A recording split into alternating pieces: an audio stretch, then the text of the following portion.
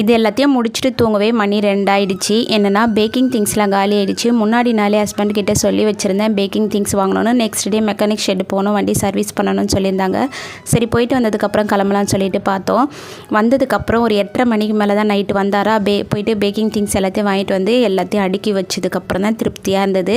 முன்னாடியே வந்து ப்ரெட்டுக்கான மாவும் டீ கேக்கும் ரெடி பண்ணி வச்சுட்டு தான் போயிருந்தேன். வந்ததுக்கப்புறம் குழந்தைங்களுக்கு க்ளே வாங்கிட்டு வந்திருந்தேன்னா அதை கொடுத்தேன். குழந்தைங்க தொல்லை பண்ணாமல் 2 பேருமே விளையாட ஆரம்பிச்சிட்டாங்க. சூப்பராக செஞ்சு வச்சுருந்தாங்க.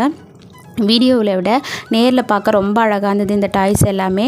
டீ கேக்கை கட் பண்ணி அதை எடுத்து பேக் பண்ணி வச்சுட்டு அடுத்தது ஓவனில் வந்து டூட்டி ஃப்ரூட்டி டீ கேக்கும் ப்ரௌனியும் வந்து ரெடி ஆகிட்டே இருக்குது. இது எல்லாத்தையும் செஞ்சு எடுத்து வச்சுட்டு போகிறதுக்கு மணி 2 ஆகிடுச்சு. உங்களுக்கு ஃப்ரீயாக ஹோம் பேக்கிங்லாம் கற்றுக்கணும் இந்த மாதிரி இன்ட்ரெஸ்ட் இருக்குன்னா எனக்கு இன்னொரு சேனல் இருக்குது, PN ஃப்ரீ ஹோம் பேக்கிங் கிளாஸ்னு. கண்டிப்பாக சேனலை போய் செக் பண்ணி பாருங்கள். நிறைய ஹோம் பேக்கர்ஸ் வந்து ஸ்டார்ட் பண்ணியிருக்கீங்க. பாய்.